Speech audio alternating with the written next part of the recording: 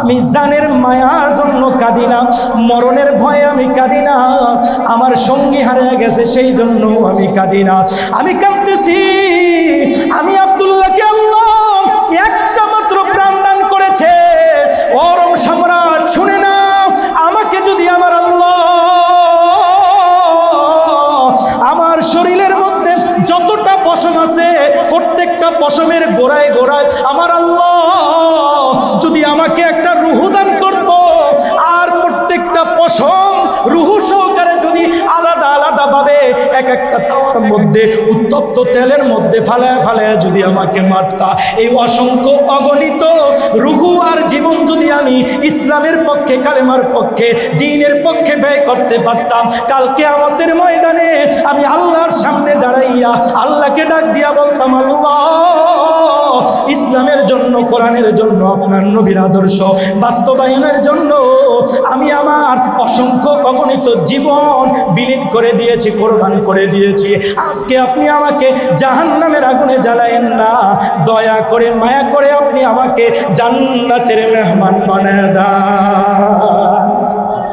আমি তো আমার জানের মায়ের জন্য কাঁদি না, আমাকে যদি আল্লাহ একটা জীবন না দিয়া আরো হাজার হাজার জীবন দান করত, তাহলে এই জীবন যদি আমি ইসলামের পক্ষে ব্যয় করতে পারতাম, তাহলেই আমার তৃপ্তির ঢেকুর আসতো, আমার তৃপ্তি হয়ে ভাই, তাই নাকি? এবার রোম সম্রাট বুঝতে পারলেন না এই সমস্ত জাতি চলার জাতি নয়, পিছপা হওয়ার জাতি নয়। রোম সম্রাটের অন্তরের ভিতরে দয়া মায়া চলে আসলো। আব্দুল্লাহকে ডাক দিয়া বলে, রে আব্দুল্লাহ, তোমার শাস্তিটা একটু কমায়া দেই, শাস্তিটা একটু লাঘব করে দেই। বলে কিভাবে? বলে তুমি শুধুমাত্র আমাদের দেশীয় একটা প্রথা রয়েছে, সেই প্রথাটা হলো আমাদের দেশে যদি কোনো আগন্তুক ব্যক্তি আসে তাহলে এসে আমার কপালের মধ্যে একটা চুমু দেয়, চুম্বন করে। তুমি এই সম্মানার্থে আমার কপালের মধ্যে একটা চুমু খাও, তাহলে তোমাকে আমি এখান থেকে ছেড়ে দিব। আব্দুল্লাহ ইবনে হুযায়ফা রাদিয়াল্লাহু তাআলা আনহু বলে, আল্লাহর পক্ষ থেকে এই তো গায়েবী সাহায্য মনে হয় শুরু হয়ে গেছে। কারণ আল্লাহ বলে, ইন্নাল্লাযীনা ক্বালু রাব্বুনাল্লাহু সুম্মা ইসতাকামু, যারা বলে আমাদের রব হলো একমাত্র আল্লাহ এবং এই কথার উপরে অটল আর ইস্তেকামত থাকে, আমি আল্লাহ প্রয়োজন যদি হয় আসমান থেকে ফেরেশতা নাজিল করে হলো তাদেরকে আমি সাহায্য করব, সহযোগিতা করব। ইন্নামাল মুমিনুনা আল্লাযীনা ইযা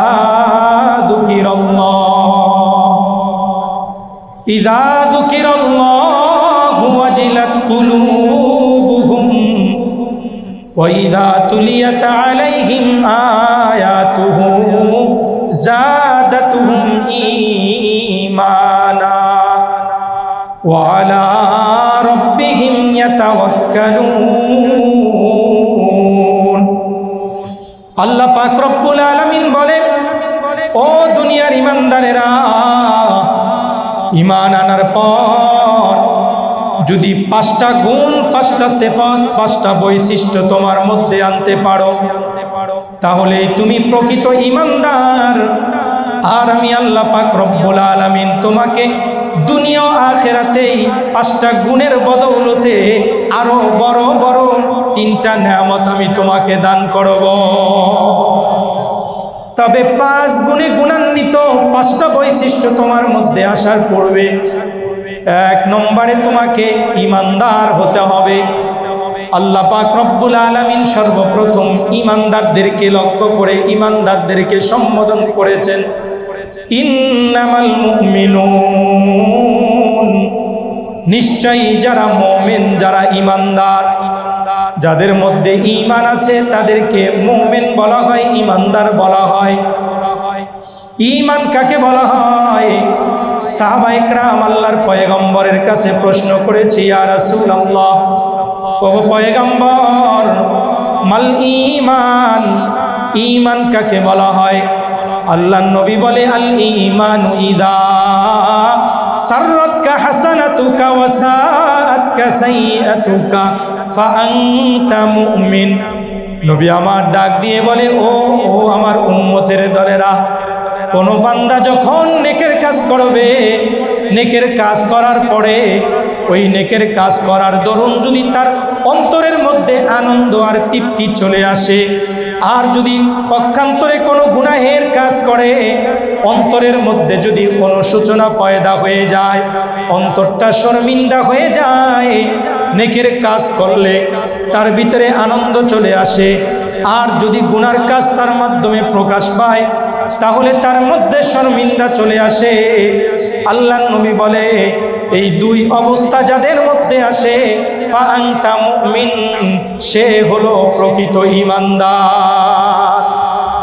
তাহলে আমরা এখন আমাদের দিকে বিবেচনা করি, নেকের কাজ করলে আমাদের অন্তরগুলো সজীব হয় কিনা, আনন্দিত হয় কিনা, পুলকিত হয় কিনা, আর গুনাহের কাজ করলে আমাদের ভিতরে অনুশোচনা পয়দা হয় কিনা, নাকি ধারাবাহিকভাবে আমরা গুনাহ করতেই আসি। এটা একটা সাধারণ বিষয় মনে করি। যদি এমন হয় বুঝতে হবে আমরা প্রকৃত ঈমানদার এখনো হতে পারি। কারণ যারা প্রকৃত ঈমানদার হবে, আল্লাহর পয়গম্বর বলে আল মুমিনু, যারা প্রকৃত ঈমানদার হবে ওই ঈমানদাররা গুনাহকে এত কঠিন মনে করবে যে তারা একটা পাহাড়ের তলদেশে বসে আছে, যেই কোনো মুহূর্তে পাহাড়টা তাদের উপরে ধসে পড়বে। আর যারা বদকারা হবে ওয়া ইন্নাল ফাজের, যারা ফাজের হবে, বদকারা হবে, তারা গুনাহটাকে এত হালকা মনে করবে যে কাজুবাবিন মাররা আলা আনফিহি, একটা মশার মতো মনে করবে, মাছির মতো মনে করবে। মাছি যেমন মানুষের নাকের সামনে দিয়ে গেলে হাত দিয়ে তাড়িয়ে দেয়, মানুষ মনে করে গুনাহটাও এমন হালকা বিষয়, করলাম তো আবার তওবা করলে মনে হয় আল্লাহ মাফ করে দিবে, এমন মামুলি বিষয়, এমন হালকা বিষয় মনে করে। যারা গুনাহগার গুনাহকে হালকা মনে করবে, আর যারা প্রকৃত ঈমানদার তারা গুনাহকে কখনো হালকা মনে করবে না।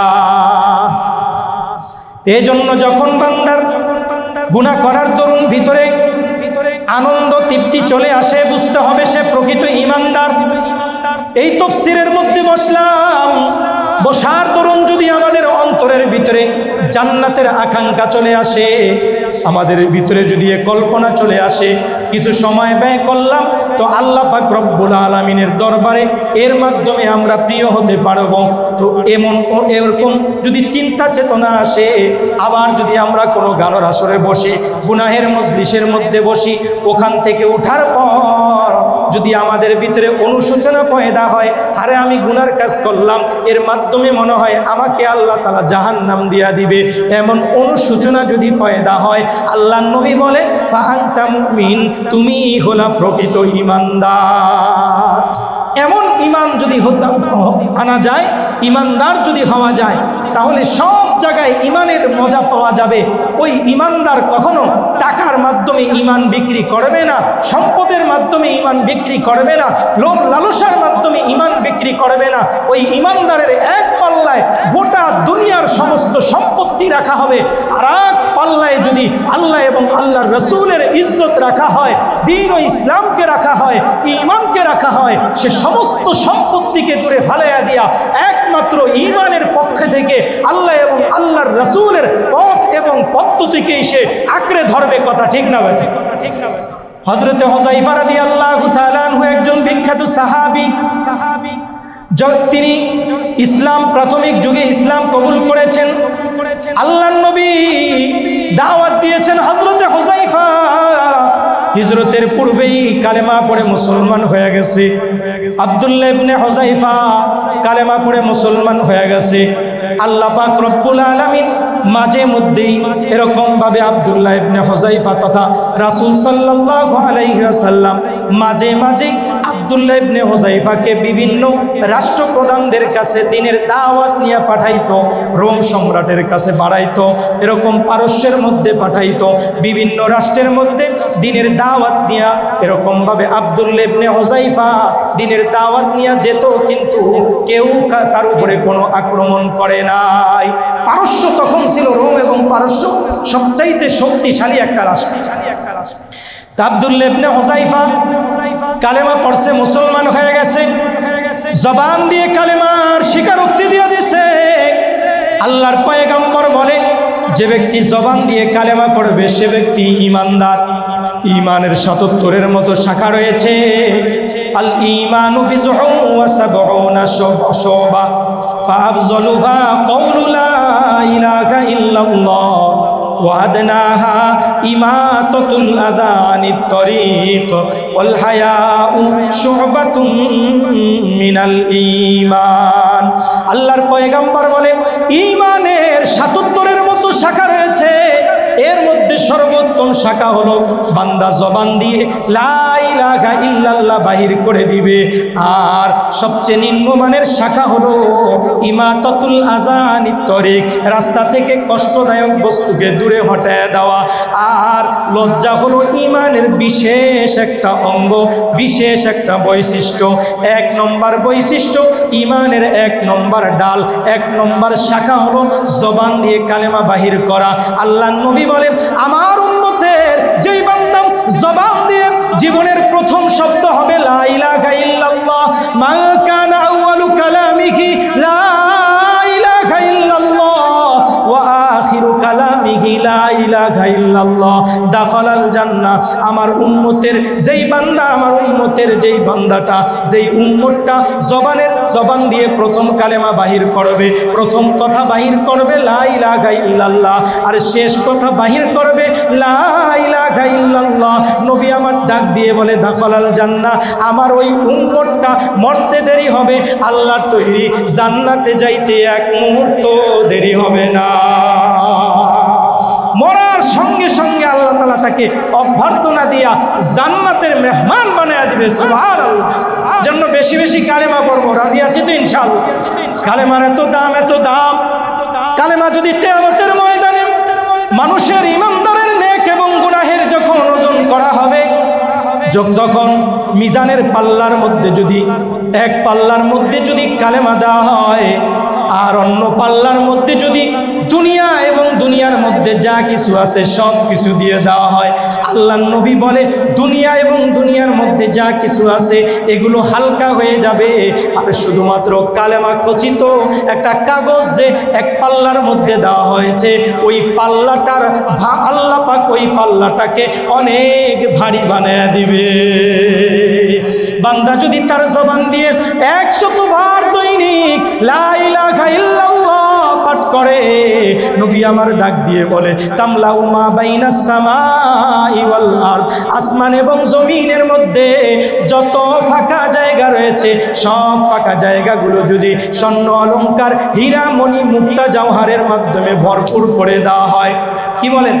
আমাদের এই মসজিদের এই তালা যদি হীরামণি মুক্তা অথবা স্বর্ণ অলংকারের মাধ্যমে ভরপুর করে দেওয়ার কথা বলা হয়, তাহলে আমাদের এই কাফরুলের মধ্যে যত স্বর্ণ আছে সব জমা করা লাগবে কি লাগবে না? জোরে বলেন। সব জমা করেও আরো আশেপাশের থানা থেকে উদ্ধার করা লাগবে। ঢাকার মধ্যে তো অনেক স্বর্ণ অলংকার। আল্লাহর পয়গম্বর বলেন শুধুমাত্র তোমরা যে বসেছ এই মসজিদের এই শুধু এরিয়াটা নয়, শুধুমাত্র কাফরুল থানা নয়, শুধুমাত্র ঢাকা নয়, শুধুমাত্র বাংলাদেশ নয়, সারা বিশ্বের মধ্যে আসমানের নিচে জমিনের উপরে যত ফাঁকা জায়গা রয়েছে সব ফাঁকা জায়গাগুলো যদি স্বর্ণ অলংকার, হীরামণি মুক্তা জওহারের মাধ্যমে ভরপুর করে দেওয়া হয় আর কাউকে যদি এগুলোর মালিক বানায় দেওয়া হয়, সে এই সম্পত্তির মালিকানা পাইয়া সকাল 7টায় মালিকানা পাইয়া যদি আবার এক হাতে মালিকানা পাইল, আবার সঙ্গে সঙ্গে যদি এগুলো এরকমভাবে মানুষের মাঝে দান করতে থাকে, বন্টন করতে থাকে, সব সম্পত্তি যদি মানুষদেরকে দেয়া দেয়, গোটা দুনিয়া ভরপুর স্বর্ণ অলংকার মালিক যদি কেউ হয়, আর মালিক হওয়ার পর সে যদি আবার কি করে এগুলো মানুষকে দান করে দেয়, তাহলে কি পরিমাণ সব সেভাবে কোনো কল্পনা করা যায়? বোঝেন নাই মনে হয়? কল্পনা করা যায়? গোটা দুনিয়া ভরপুর স্বর্ণ অলংকার দান করে একটা মানুষ যে পরিমাণ এরকম ভাবে সওয়াব অর্জন করবে, আল্লাহর হাবিব ডাক দিয়ে বলে আমার উম্মতের দলেরা, যদি তোমার জবানটা দিয়ে দৈনিক 100 বার এরকম ভাবে লা ইলাহা ইল্লাল্লাহর জিকির পাঠ করতে পারো, আমার আল্লাহ তোমার উপরের রাজি হইয়া, খুশি হইয়া, সন্তুষ্ট হইয়া ওই যে একজন ব্যক্তি আসমান জমিন ভরপুর স্বর্ণ অলংকার দান করে যে পরিমাণ সওয়াব পাইল, তার চাইতো বেশি সওয়াব আল্লাহ 100 বার লা ইলাহা ইল্লাল্লাহর জিকির করার কারণে তোমার আমলনামায় দিয়া দিবে। তাহলে কালেমার দাম আছে না নাই? জোরে বলেন আছে না নাই? আল্লাহর নবী ডাক দিয়ে বলেন, কিয়ামতের ময়দান যেদিন কায়েম হবে, ইসরাফিল আলাইহিস সালাম সিংহার মধ্যে ফুৎকার দিবে, পাহাড়গুলো চূর্ণ বিচ্ছিন্ন হয়ে যাবে, আসমানগুলো এরকম ভাবে জমিনের মধ্যে পড়ে যাবে, সব মানুষগুলো এরকম ভাবে কিয়ামতের ময়দানের দিকে অগ্রসর হতে থাকবে, বিচার কার্যের দিকে এরকম ভাবে সব মানুষগুলো জমা হতে থাকবে।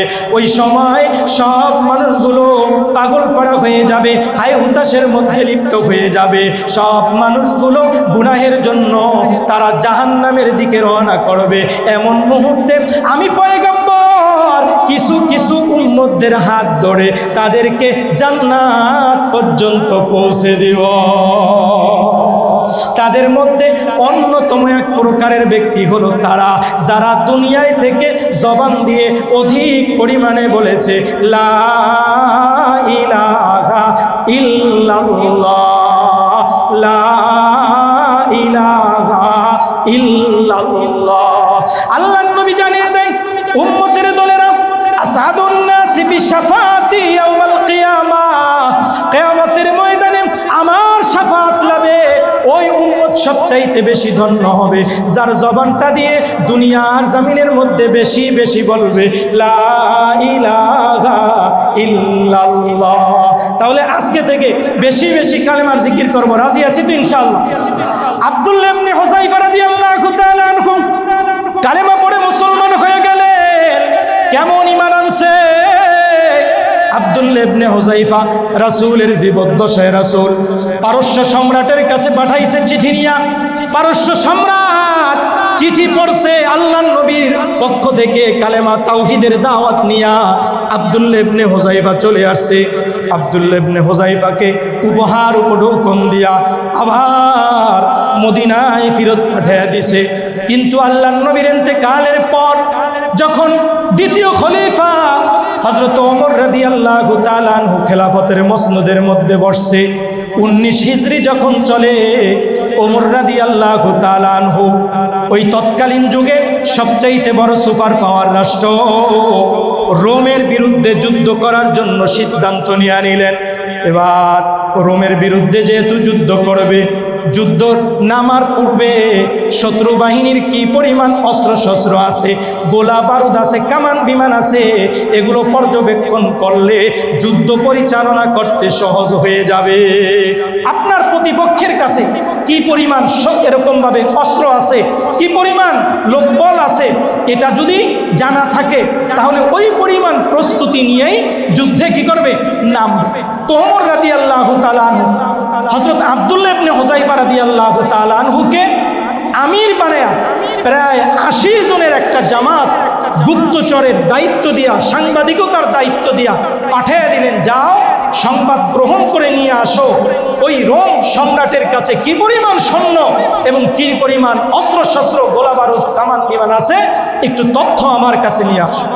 আর এদিক দিয়া রোম সম্রাট যখন খবর পাইল যে ইসলামের খলিফা হযরত ওমর রাদিয়াল্লাহু তাআলা আনহু তার বিরুদ্ধে যুদ্ধের জন্য প্রস্তুতি গ্রহণ করতেছে, তো সেও প্রস্তুতিমূলক মুসলমানদের মধ্যে কি পরিমাণ যুদ্ধের জজবার স্পৃহা আছে এটা পরীক্ষা করার জন্য তার যেই বর্ডার গার্ড আছে তাদেরকে জানিয়ে দিল যে আমার এরিয়ার মধ্যে, আমার রাষ্ট্রের এরিয়ার মধ্যে, বর্ডারের মধ্যে যদি কোনো মুসলমানদেরকে পাও তাদেরকে গ্রেফতার করে আমার দরবারে তোমরা উপস্থিত করো।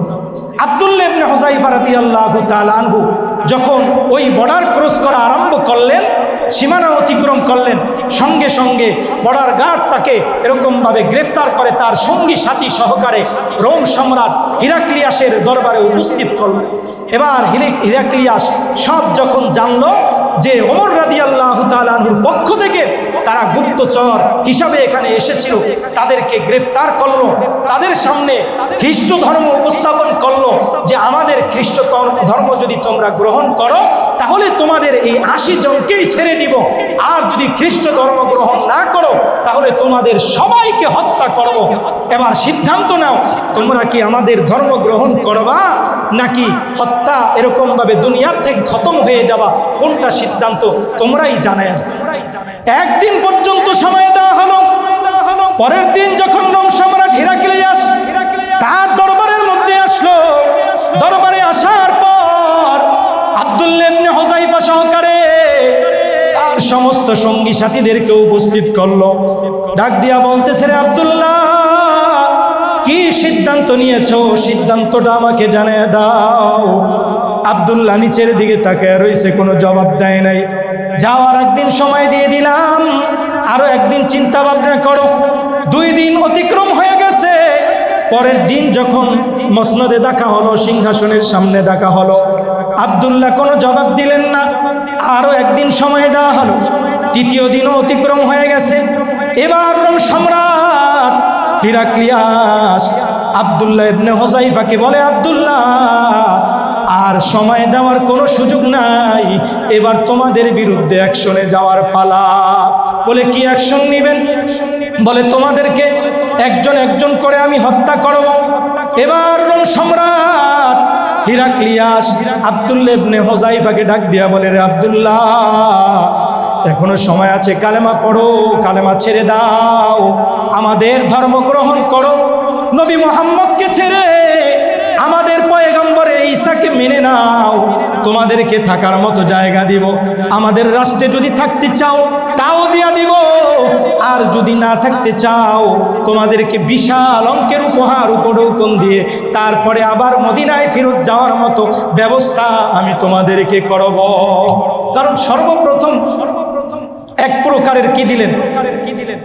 অফার দিলেন, লোভ দিলেন। সেই অফারে যখন গ্রহণ, ইসলাম থেকে পিছপা হলেন না, কালেমা থেকে পিছপা হলেন না, এবার দ্বিতীয় প্রকারের লোভ লালসা দিয়া দিলেন, অর্থকরীর লোভ দিয়া দিলেন, তোমাদেরকে অনেক উপহার উপঢৌকন দিব। এখনো আব্দুল্লাহ ইবনে হুযায়ফার ঈমান থেকে পিছপা হওয়ার কোনো সিদ্ধান্ত হয় নাই। পরের দিন আবার ডাকলো, আব্দুল্লাহ ইবনে হুযায়ফা নিচের দিকে তাকিয়ে আছে। এবার আব্দুল্লাহ ইবনে হুযায়ফাকে বলে, এরে আব্দুল্লাহ, বুঝতে পেরেছি মনে হয় অফারের অঙ্কটা একটু কম হয়ে গেছে।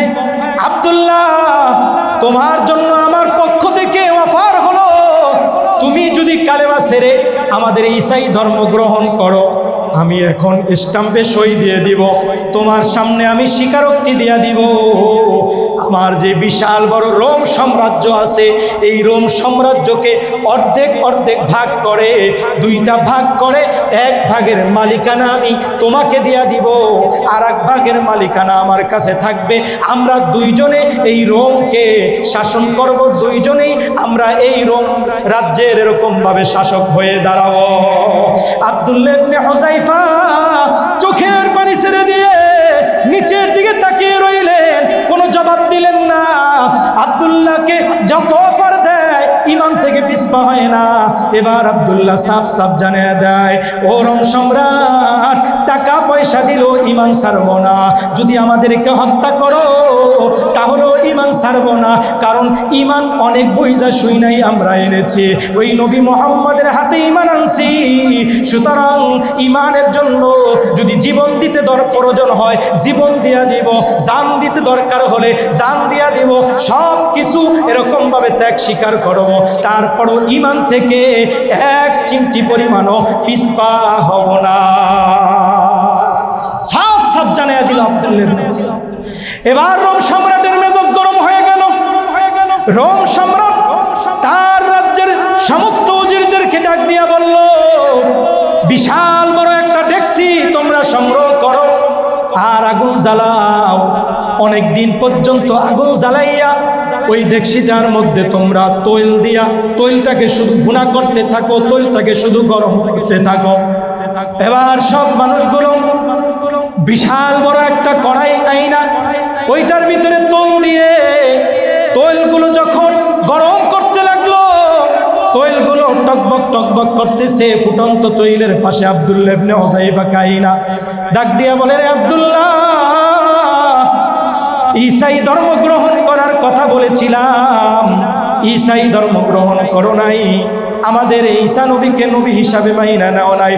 আব্দুল্লাহ বলে, তোমাদের ঈসা নবীকে নবী হিসাবে মাইনা নিছি, কিন্তু আখিরি নবী হিসাবে তোমাদের ঈসা নবীকে মানে নাই। আখিরি নবী হিসাবে আল্লাহ আমাদের জন্য এমন একজন পয়গম্বরকে পাঠাইছে, যেই নবীকে আল্লাহ সমস্ত নবীদের মধ্যে শ্রেষ্ঠত্ব দিয়া দিছে। ওয়ামা আরসালনাকা ইল্লা কাফাতাল লিন্নাসি বাশীরাও ওয়া নাযীরা। আল্লাহ পাক রব্বুল আলামিন দুনিয়ার জমিনের মধ্যে যত নবীদেরকে পাঠাইছে, সব নবীদেরকে কোনো না কোনো জাতির জন্য, কোনো গোষ্ঠীর জন্য, কোনো এলাকার জন্য, কোনো মহল্লার জন্য নির্দিষ্ট করে আল্লাহ তাআলা পাঠাইছে। কিন্তু আপনার আমার নবীকে সব নবীর মধ্যে শ্রেষ্ঠত্ব দিয়া গোটা দুনিয়ার সমস্ত মানুষের জন্য আল্লাহ পাক রব্বুল আলামিন আপনার আমার পয়গম্বরকে জমিনের মধ্যে পাঠাইছে। আব্দুল্লাহ ইবনে হুযায়ফা বলে, ও রোম সম্রাট, তোমাদের পয়গম্বর ঈসা নবীকে যথার্থ শ্রদ্ধা করি, যথা সম্মান করি, কিন্তু আমাদের পয়গম্বরকে আল্লাহ পাক রব্বুল আলামিন শেষ নবী হিসাবে আমাদের মাঝে পাঠাইছে। তিনি হলো আমাদের প্রকৃত নবী। তিনি আমাদেরকে শিরকের অমানিসা থেকে তাওহীদের পক্ষে আমাদেরকে দাওয়াত দিয়েছিল। ও রোম সম্রাট, হাজার লোভ দিতে পারো আর ভয় দেখাইতে পারো, তোমার ভয় পইরা আর লোভ লালসায় পইরা আমরা ঈমান বিক্রি করব না। যত শাস্তি আছে দাও, মাথা পেতে নিব, ঈমান থেকে এক মুহূর্তের জন্য আমরা পিছপা হব না। কারণ তাদের ঈমান তো আমাদের ঈমানের মতো না। আমাদের ঈমান তো মাঝে মধ্যে 500 টাকাও বিক্রি হয়। সকালবেলা ঈমান থাকে, বিকালবেলা ঈমান হারায় যায়। আল্লাহ নবী বলে, আমার উম্মতের এমন একটা অবস্থা থাকবে, তারা ঘুম যাবে ঈমানদার অবস্থায়, ঘুম থেকে জাগ্রত হবে বেঈমান অবস্থায়, আবার ঘুম থেকে জাগ্রত হবে ঈমানদার অবস্থায়, রাত্রি যাপন করবে আবার বেঈমান অবস্থায়। কিভাবে? বলে যে তারা যখন ঘুম থেকে জাগ্রত হবে তখন দেখবে যে একবারে পুরা বৃষ্টিতে জমিনটা ভিজে গেছে, তো বলবে ওই যে ঘুমানোর সময় দেখছিলাম আকাশটা মেঘাচ্ছন্ন, এই জন্য বৃষ্টি হয়েছে। বলে যে মেঘে তো বৃষ্টি দেওয়ার মালিক না, বৃষ্টি দেওয়ার মালিক কে? জোরে বলেন কে? বলতে হবে যে আল্লাহর পক্ষ থেকে আমাদের জন্য নিয়ামতের বৃষ্টি আসছে। কথা ঠিক না ঠিক? ও মুসলমান ঈমানদার, এজন্য তাদের ঈমান আমাদের ঈমানের মতো নয়, তাদের ঈমান সত্য ঈমান। এই জন্যই আল্লাহ পাক রব্বুল আলামিন সাহাবায়ে কেরামদের উপরে রাজি হয়ে গেছেন, খুশি হয়ে গেছেন। কোরআনের বহু জায়গায় আল্লাহ তাআলা তাদের উপরে খুশি হয়েছেন, রাজি হয়েছেন। সেই সংবাদ আল্লাহ তাআলা কোরআনের মধ্যে জানিয়ে দেয়, রাদিয়াল্লাহু আনহুম ওয়া রাদু আন। আল্লাহ বলে, ও সাহাবীরা, তোমরা যেমন আমার উপরে সন্তুষ্ট হও, আমি আল্লাহ তোমাদের উপরে সন্তুষ্ট। সুবহানাল্লাহ। মুসলমান ঈমানদার আব্দুল্লাহ ইবনে হুযায়ফা রাদিয়াল্লাহু তাআলা আনহু বলেন, রোম সম্রাট, যত অফার দাও, যত ভয় দেখাও, ঈমান থেকে পিছপা হব না, কালেমা থেকে পিছপা হব না। এবার যখন উত্তপ্ত কড়াইয়ের পাশে আনলো, রোম সম্রাট বলে, ও আব্দুল্লাহ, তুমি একা যদি এই কড়াইয়ের মধ্যে এরকম ভাবে, তুমি একা যদি এই কড়াইয়ের মধ্যে ঝাঁপ দাও, তাহলে এরকম ভাবে মেনে নিব। তোমরা এরকম ভাবে কি করছো? ঈমান থেকে পিছপা হয়ে গেছো, বাকিদেরকে ছেড়ে দিব। এবার আব্দুল্লাহ ইবনে হুযায়ফা রাদিয়াল্লাহু তাআলা আনহু কড়াইয়ের ভিতরে ঝাঁপ দেওয়ার জন্য প্রস্তুত হয়ে গেল। আর বাকি সমস্ত সাহাবায়ে কেরাম পাশে দাঁড়ায় রয়েছে। 80 জন সাহাবী, 80 জন এরকম ভাবে পাশে দাঁড়ায় রয়েছে। আব্দুল্লাহ ইবনে হুযায়ফা রাদিয়াল্লাহু তাআলা আনহু যখন কড়াইয়ের ভিতরে ঝাঁপ দিবে, আর ওই রোম সম্রাট বলে থামো, থামায় দিছে। এবার রোম সম্রাট সামনে আইসা আব্দুল্লাহ ইবনে হুযায়ফাকে বুকের ভিতরে জড়াইয়া ডাক দিয়া বলে, রে আব্দুল্লাহ, তোমার চেহারার মধ্যে আলাদা অস্বাভাবিক একটা মায়া আছে। আমার মন চায় না তোমাকে এই উত্তপ্ত কড়াইয়ের ভিতরে ফালাইতে। আব্দুল্লাহ, তোমার নাম ইতিপূর্বে বহুবার শুনেছি, শুনেছি বহু রাষ্ট্রপ্রধানদের কাছে তুমি গিয়েছো ইসলামের দাওয়াত নিয়ে, কেউ তোমাকে অসম্মান করে নাই, কিন্তু আজকে তুমি আমার কাছে ধরা পড়ে গেলা, গ্রেফতার হয়ে গেলা। আব্দুল্লাহ, এখনো সময় আছে, ঈমান থেকে পিছপা হয়ে যাও, কালেমা থেকে তুমি পিছপা হয়ে যাও। আব্দুল্লাহ 80 জন সাহাবীদের চেহারার দিকে তাকাইলো, কিরে, মুখের ভাষায় এরকম ভাবে বুঝাইতে লাগলেন যে ইসলাম থেকে পিছপা হব কিনা, ঈমান থেকে পিছপা হব কিনা। অন্য সমস্ত সাহাবায়ে কেরাম চোখের ইশারায় আব্দুল্লাহ ইবনে হুযাইফাকে ডাক দিয়া বলতেছে, ওগো আমির, এক মুহূর্তের জন্য আপনি ঈমান থেকে পিছপা হবেন না। আমাদের দেহের মধ্যে যতক্ষণ পর্যন্ত রূহ থাকবে ততক্ষণ পর্যন্ত আমরা ঈমান থেকে পিছপা হব না। এবার আব্দুল্লাহ ইবনে হুযাইফা রাদিয়াল্লাহু তাআলা আনহু দাঁড়িয়ে রইছেন। রোম সম্রাটের মেজাজ আরো গরম হয়ে গেছে। ওই 80 জন সাহাবীর মধ্যে একজন সাহাবীকে আইনা রোম সম্রাট আব্দুল্লাহ ইবনে হুযাইফার সামনে উত্তপ্ত কড়াইয়ের মধ্যে, উত্তপ্ত গরম তেলের মধ্যে যখন ওই সাহাবীকে ফেলে দিল, সঙ্গে সঙ্গে এরকম ভাবে তার সমস্ত গোশতগুলো আলাদা হয়ে গেল এবং সমস্ত হাড়গুলো আলাদা হয়ে গেল। মুহূর্তের মধ্যে একবারে কিমা ভাজার মতো, পুরা দেহটা কিমা ভাজার মতো হয়ে গেছে। সমস্ত সাহাবায়ে কেরামের চোখ বেয়ে বেয়ে পানি পড়া আরম্ভ হয়েছে। এবার আব্দুল্লাহ ইবনে হুযাইফাকে বলে, এমন করে করে একজন একজন করে তোমাদেরকে এই উত্তপ্ত তেলের মধ্যে, কড়াইয়ের মধ্যে তোমাদেরকে ফেলে ফেলে আমি হত্যা করব। এখনো সময় আছে, কালেমা থেকে পিছপা হয়ে যাও, ইসলাম থেকে পিছপা হয়ে যাও, তোমরা আমাদের ধর্মে ধর্মিত হয়ে যাও, আমাদের ধর্মে তোমরা দীক্ষিত হয়ে যাও। তোমাদেরকে গাড়ি দিব, নারী দিব, থাকার মতো জায়গা দিব, আমার তোমাদেরকে অনেক উপহার উপঢৌকন দিব।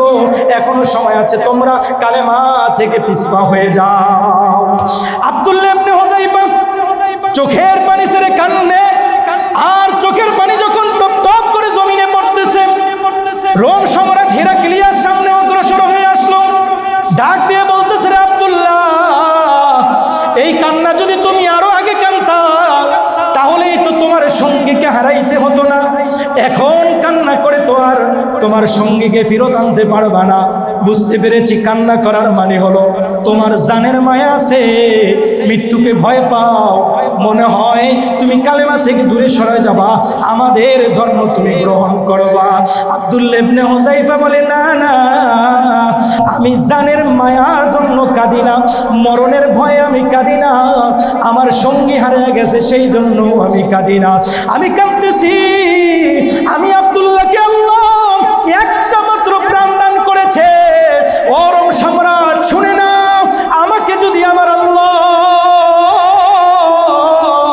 আমার শরীরের মধ্যে যতটা পশম আছে প্রত্যেকটা পশমের গোড়ায় গোড়ায় আমার আল্লাহ যদি আমাকে একটা রূহ দান করত, আর প্রত্যেকটা পশম রূহ সহকারে যদি আলাদা আলাদা ভাবে এক একটা তাওয়ার মধ্যে উত্তপ্ত তেলের মধ্যে ফালায় ফালায় যদি আমাকে মারতা, এই অসংখ্য অগণিত রূহ আর জীবন যদি আমি ইসলামের পক্ষে, কালেমার পক্ষে, দ্বীনের পক্ষে ব্যয় করতে পারতাম, কালকে আমাদের ময়দানে আমি আল্লাহর সামনে দাঁড়াইয়া আল্লাহকে ডাক দিয়া বলতাম, আল্লাহ, ইসলামের জন্য, কোরআনের জন্য, আপনার নবীর আদর্শ বাস্তবায়নের জন্য আমি আমার অসংখ্য অগণিত জীবন বিলীন করে দিয়েছি, কোরবান করে দিয়েছি।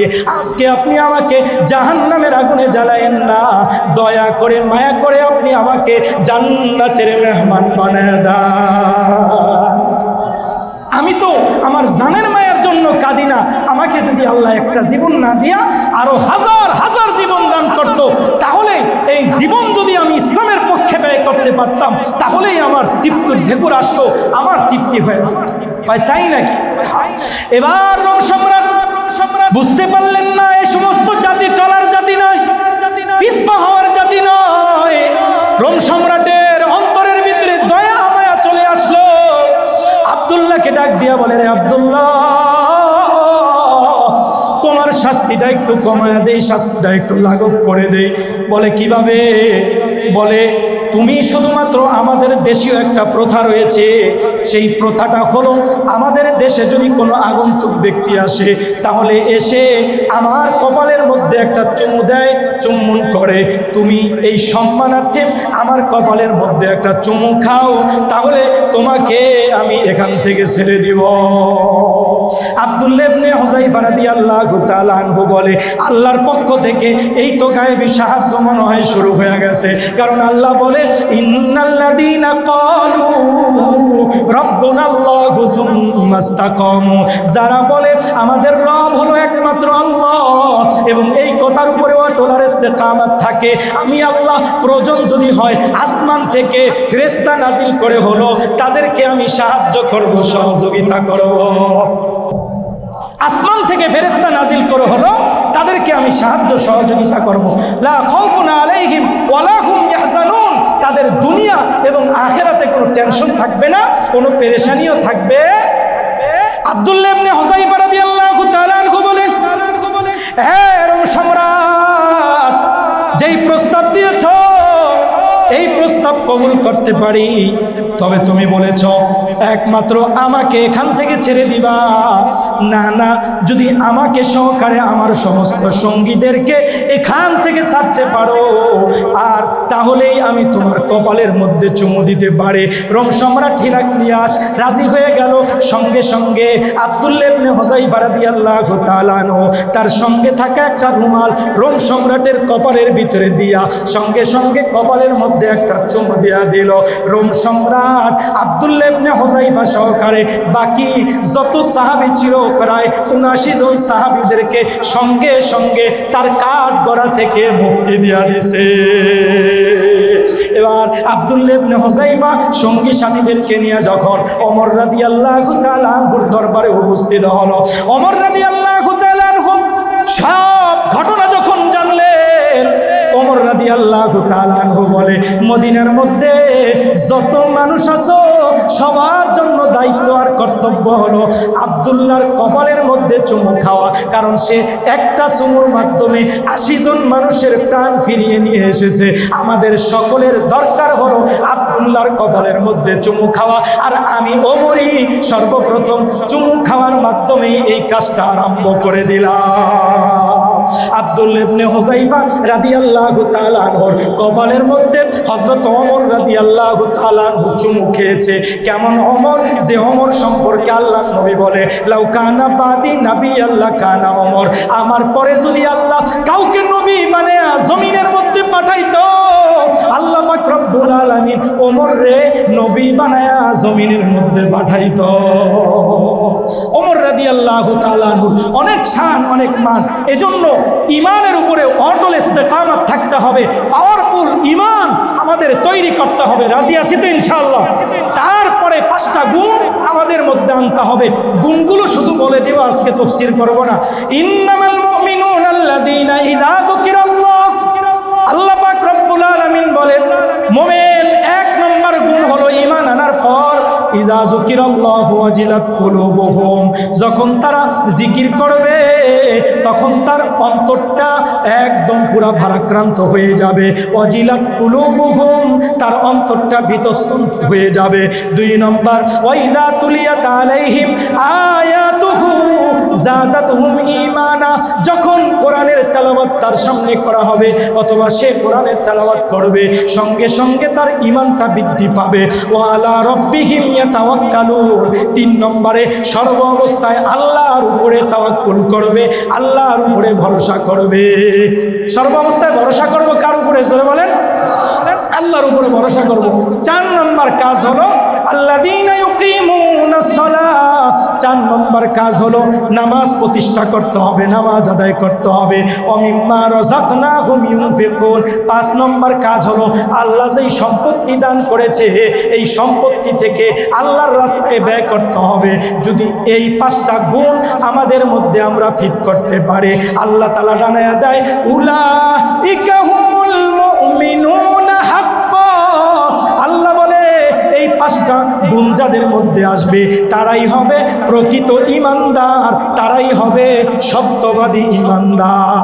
উলাইকা হুমুল মুমিনুনা হাক্কান, তারাই হবে হকপন্থী ঈমানদার, তারাই হবে সত্যবাদী ঈমানদার, তারাই হবে এরকমভাবে সত্যবাদী ঈমানদার। ওই ঈমানদারের মধ্যে কোনো ভেজাল থাকবে না। তা আল্লাহ বলে লাহুম দারাজাতুন ইনদা রাব্বিহিম, আমি ওই ঈমানদারদেরকে 3টা উপহার দিব।